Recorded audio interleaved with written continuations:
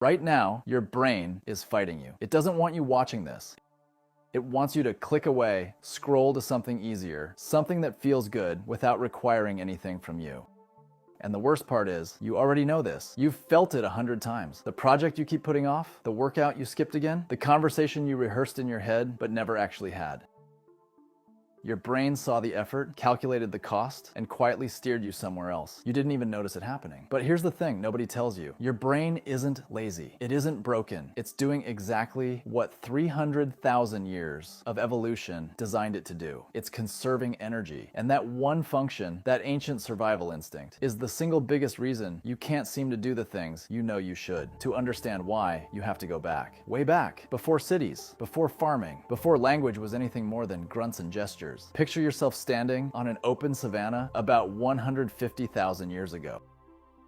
You're hungry. You haven't eaten in 2 days. There's an animal carcass about 400 meters away, but between you and it, the grass is tall and the wind is wrong. Something could be hiding in there. A predator, a rival group. Your brain has to make a decision. Is the calories you'd gain from that food worth the energy and risk it takes to get there? This is the calculation your brain was built for. Not algebra, not deadlines, not career planning, raw cost-benefit survival math. And the answer, more often than not, was no. Stay put. Save your energy. Wait for a safer opportunity. The ancestors who charged into every situation, who burned calories recklessly and took every risk, didn't make it. The cautious ones did. The ones whose brains whispered, not yet, not worth it, stay where it's safe, those are your grandparents. That hesitation you feel before doing something hard isn't a character flaw, it's an inheritance. Neuroscientist Lisa Feldman Barrett calls this your brain's body budget. Your brain is constantly running a prediction loop, estimating how much energy every action will cost and whether the return is worth it. When the predicted cost is high and the predicted reward is uncertain, your brain generates a feeling. Not a thought, a feeling. Heaviness, fog, sudden tiredness, a strange pull toward your phone. That feeling isn't laziness. It's your brain's way of vetoing an expensive decision before you even consciously make it. So when you sit down to write that report or start that difficult conversation and you suddenly feel exhausted, that exhaustion is manufactured. Your brain created it, not because you're actually tired, but because the task ahead looks metabolically expensive with no guaranteed payoff. Your ancient operating system just flagged it as a bad trade. This is why motivation doesn't work. Motivation is a feeling, and your brain controls your feelings. Waiting to feel motivated before doing something hard is like asking the guard to open the gate he was hired to keep shut. He's not going to do it. He was put there specifically to stop you. So how do you get past the guard? The first answer is surprisingly simple, and it comes from a researcher named BJ Fogg at Stanford.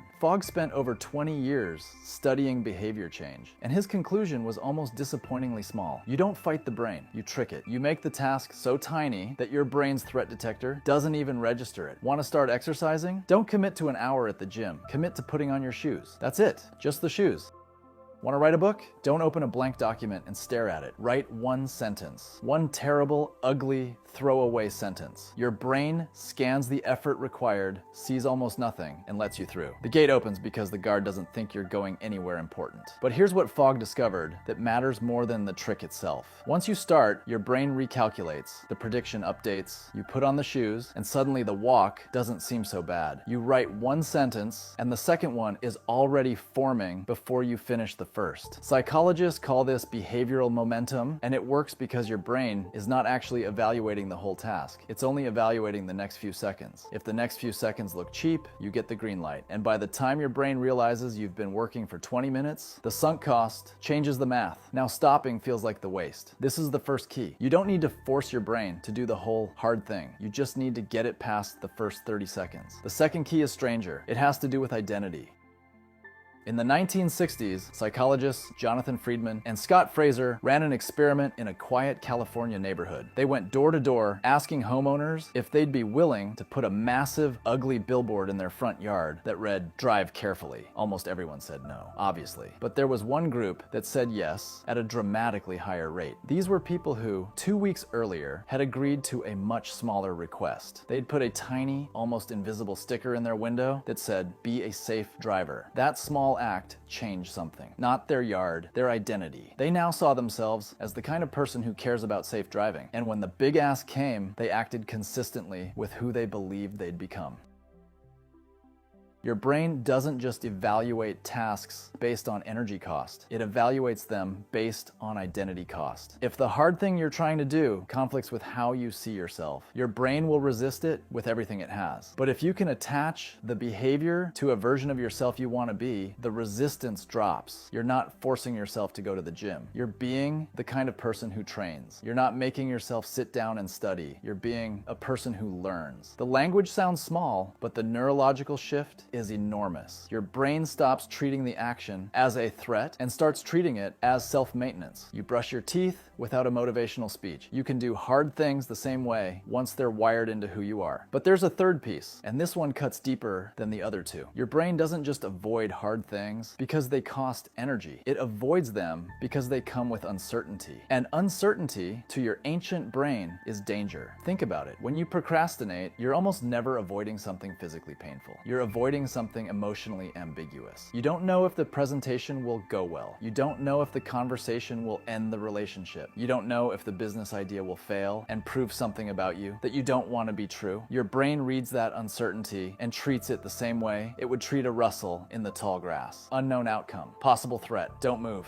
Neuroscientist Jaak Panksepp identified what he called the seeking system, a deep brain circuit that drives curiosity, exploration, and forward motion. This system doesn't activate when you feel safe and comfortable. It activates when there's something just beyond your reach, something you want but don't yet have. The problem is, the seeking system has a rival, the fear circuit. And in most modern situations, the fear circuit wins because your brain weights potential losses about twice as heavily as potential gains. Psychologists Daniel Kahneman and Amos Tversky proved this decades ago. Losing $50 feels roughly twice as painful as gaining $50 feels good. Your brain applies this same math to every hard thing you consider doing. The potential downside always looks bigger than the potential upside, even when it isn't. So how do you tip the scale? You remove the ambiguity. You don't tell yourself you're going to try to write a novel. You tell yourself you're going to write 300 words before breakfast tomorrow. You don't tell yourself you'll get in shape someday. You tell yourself you're going to walk for 10 minutes at 7 a.m. on Wednesday. Specific,